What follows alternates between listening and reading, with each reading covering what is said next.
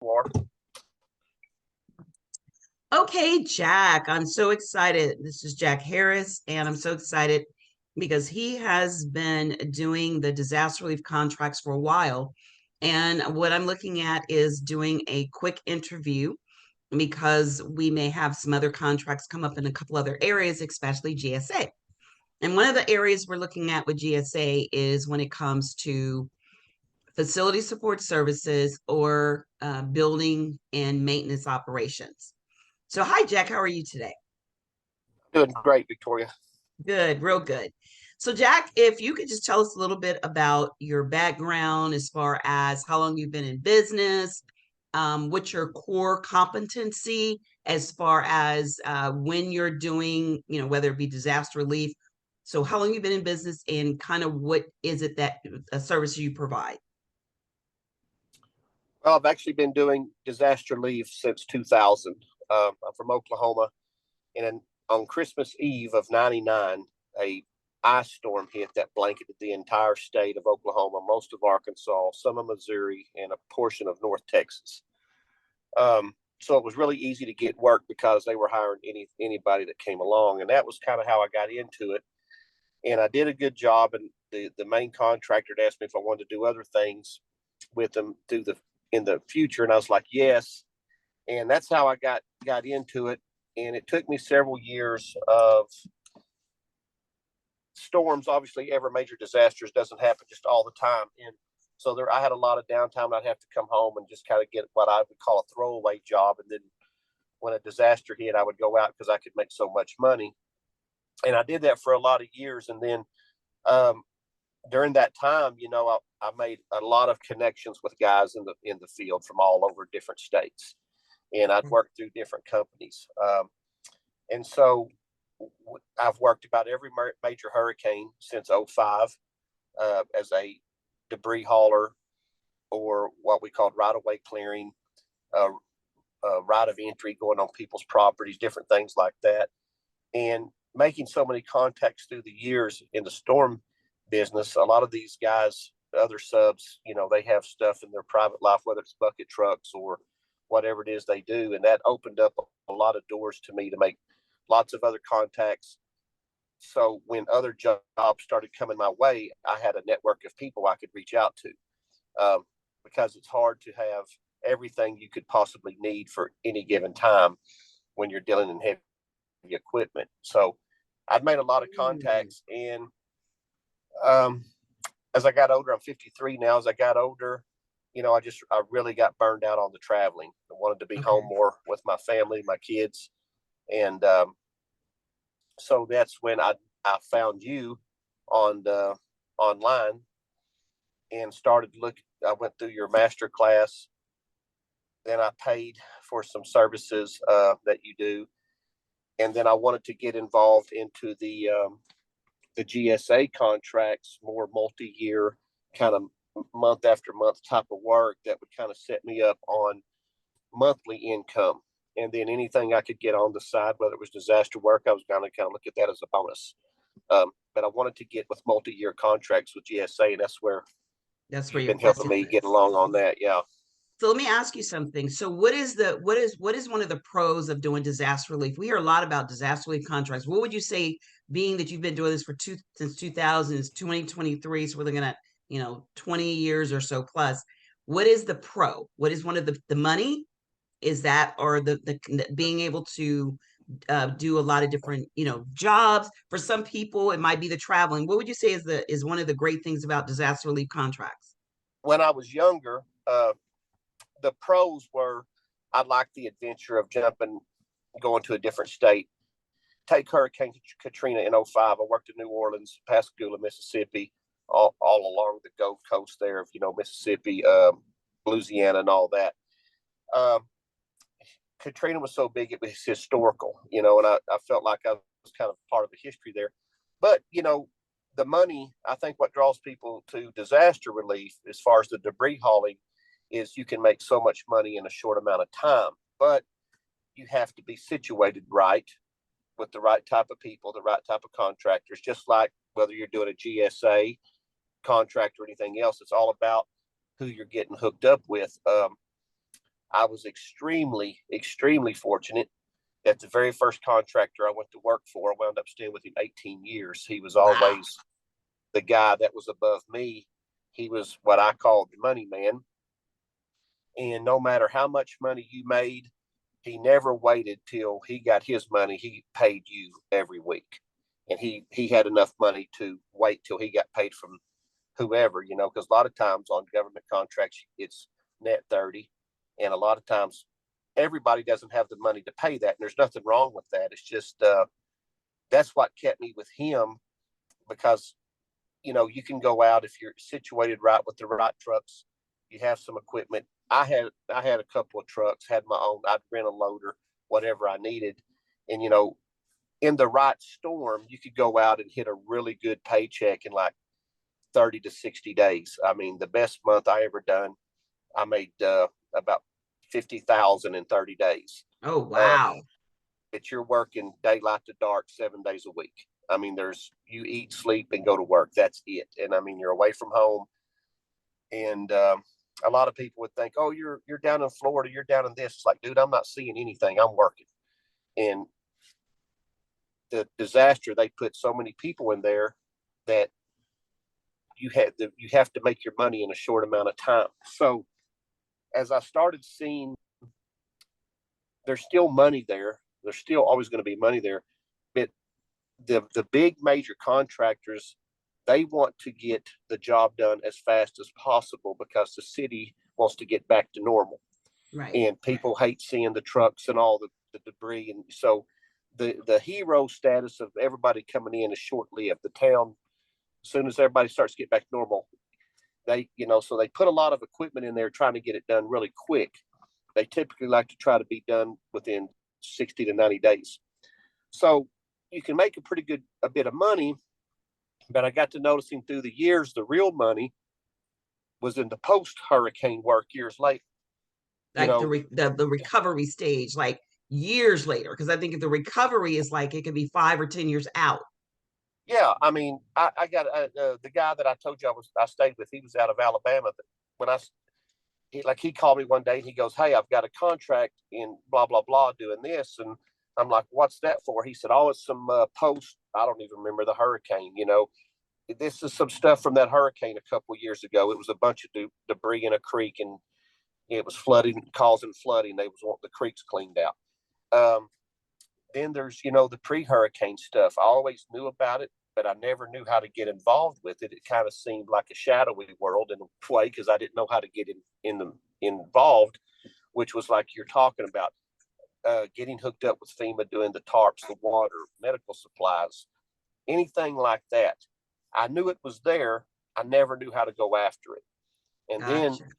when I met you and got to talking to you, that's when you opened up all the doors. I'm like, God, it's 18 years in the business or so, and I'm just now finding this out. And I think that's why it's important to have a mentor and somebody to show you, because I knew everything you're talking about for the most part. I knew about it, but I didn't know how to put it all together. That's a good point. It's sort of like a roadmap because a lot of people, like you're giving us the pros and the cons when it comes to, you're giving us the pros and the cons when it comes to the government, and you're giving us the pros or disaster relief. Because, like you said, a lot of people don't realize that a lot of the contracts could be in the preparation stage or the recovery stage. I know I've heard people talk about Puerto Rico, which might have been, 10 years ago. They're still talking about that. So that's really interesting. And to hear that you have ability to make $50,000 in 30 days, but you've got to be realistic, knowing that you're working from sun up to sundown, sort of like the way we were in the military when we're overseas. You're thinking, oh, you're in another country, yeah, but you're working so much. You've got to have the mindset to know that I'm going to take this money and I'm going to put it away because I want to make sure I don't have to do this all the time. And then to hear about what phase is one of the most fantastic phase. And then thank you so much for just knowing that, hearing that you've been doing this for 18 years and that you're able to come on to, I remember you coming onto our workshop and then becoming where we're doing the consulting with you, and to be in for 18 years. And I know you've worked with some of the top prime contractors. And like you said, something you have to make sure is that you get paid. Now, one other question I was going to ask you before we get ready to wrap up, Jack. would you say someone just getting started that doesn't have any equipment, is there a place where they might be able to rent a small truck and pick up debris? So do you have to have a lot of major equipment, or is there a place for someone that is just getting started, that know they want to do disaster relief, doesn't mind traveling, but may not have a lot of equipment like you're talking about? Is there something like, can they do? I know that there's been people that say they did like a $25,000 job or a $15,000 job where they were picking up debris, had a truck. Is that possible? I'm not going to say it's not impossible, but and I don't want to discourage anybody. But when you're talking, I don't want to mention any of the primes on Right, here sure. just because.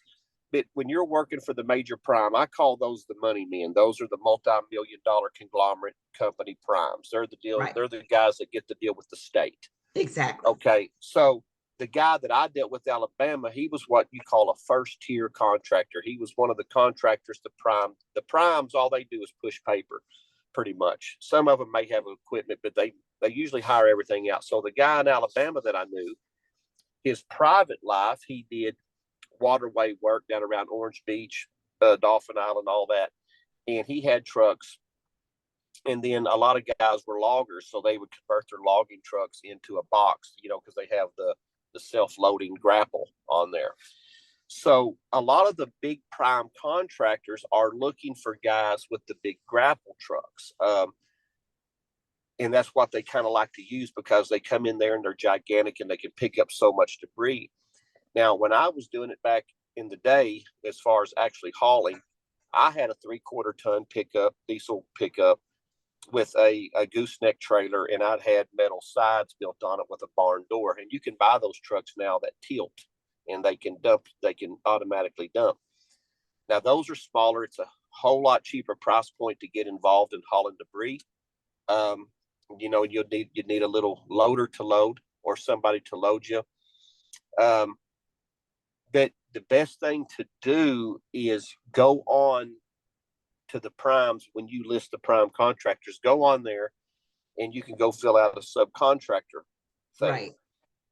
They're going to ask you about your equipment list. If you don't have equipment, I mean, really the best advice is to find somebody, a major tier contractor. You can maybe ask them who some of their first tier contractors are and get in contact with them and say, hey, I'm not a big outfit. I've got a couple of trucks.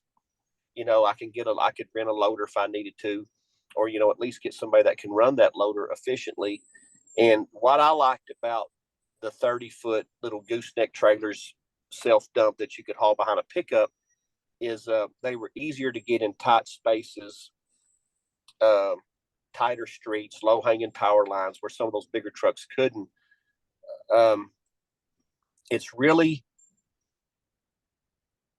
you just got to get in there really. And I don't like to use this term, but kind of like roll the dice. I don't mean gamble. I'm not saying Right. go buy the You're saying equipment. you've got to see kind of where, because I know a lot of people, they do look for equipment. I know a lot of people that, especially depending on the phase, they may be able to get in. I personally know a couple people that got in and they may have made $10,000 and they were doing supervising. Is there a lot of work for like monitoring, like electrical poles or electric, finding if things, you hear like sign language is good, or um things like that? Is there a lot of work for, like, if you're looking with electricity, if some of the poles are down, like doing surveys? Is there stuff like that you can do? Um, one one of the things it might be if somebody was interested breaking into the disaster, from this way, this would be an angle that I would look at. I have a really good friend from Florida. Her name is Pam, and I met her. She was a monitor for me. She was one of my monitors. Okay. And one of the problems in storms is the monitoring, because the monitoring are third party, and monitoring firms usually don't keep tons of people on staff. They hire local. They'll put an ad out on Indeed or whatnot, and then get a bunch of locals. So the guys cannot haul until monitors are out there. You can't just go pick up debris because there has to be a list of where you're at, the street you're on. There has to be a Oh, trail. I've heard of that. So Yes. so you have to have a monitor. Well, there's a lot of you can't. get too friendly with the monitors because they think you're bribing them to influence what you're doing. It's a whole thing. But anyway, this lady Pam worked for me, and it was her first storm. And Pam was just a genuinely hard worker, and she was smart. And me and her became friends, and I never tried to push our friendship, to her to get to do something she shouldn't do to help me. But like, offered her gas one day, and she refused gas. She's like, "No, I can't do that," and nobody would have knew. But she was very honest. Well, she was very curious, and she asked me how the storms work, and I would tell her.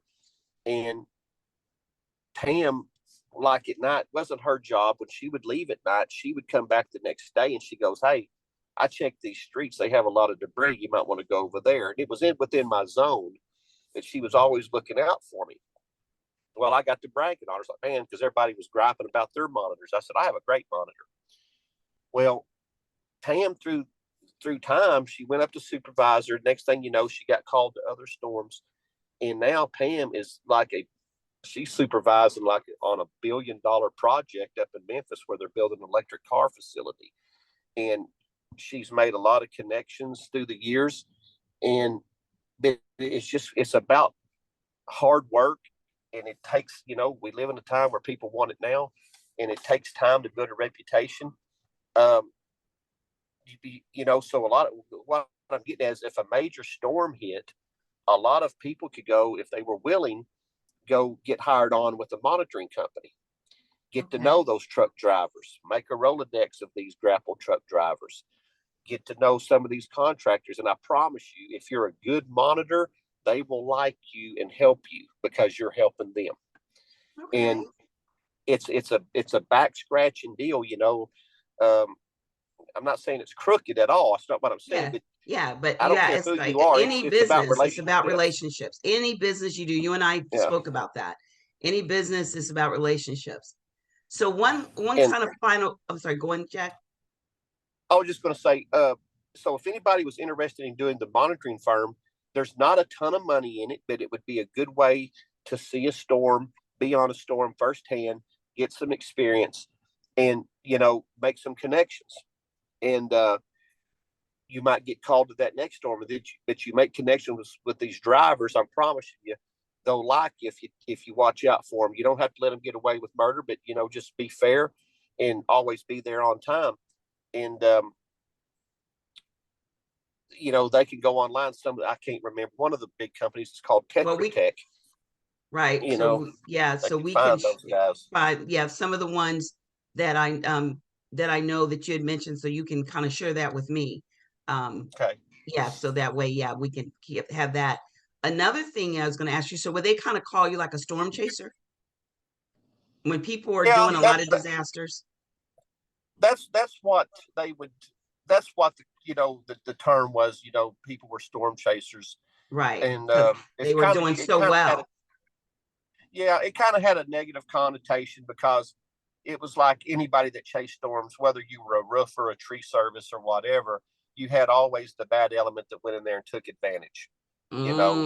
Jacked up prices, and so everybody's that's true. Because I've been in three or four hurricanes in Florida, and you're absolutely right that there are people that come from out of town and they're just ready to pounce because now there's a storm and they've declared it an emergency, and they just think, okay, let's do this, let's do that. So it's really good when you have people that are doing a good job, because these are lives and people and dogs and animals that are at stake.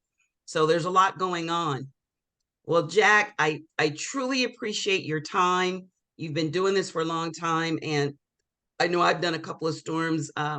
Years ago, I did a few in South Korea, and did some in Florida. So I've had definitely not 18 years of disaster relief contracts and experience. So thank you so much for being one of my clients, starting out as one of our students and now being one of our clients. I thank you so much for being on with me. And like we always say, the goal is to get to what? 6 figures and beyond. Pow. So thank you so much, Jack. And I will give you a call in just a few minutes. Hey, I want to leave one thing with your students that see this Zoom. If there is anyone out there that thinks they're interested in storm work outside of what you're doing, kind of maybe more interested in what I was doing, if anybody ever wanted to reach out to me through you, if they had the stuff to get, I could maybe point them in the right direction to get them with the right people right out the gate instead of Taking getting them so with long to the get wrong there. people. Well, thank Yeah. you so much, Jack. That's one of the things I really like about you is you're definitely a people person because you try to connect, and that's what our culture is when it comes to our Facebook group and our family. We're like a family, and our goal is to help people connect. So once again, thank you so much, Jack, and I will talk to you in just a little bit. Okay. Thank you. Have a good day. You too. All right, bye-bye.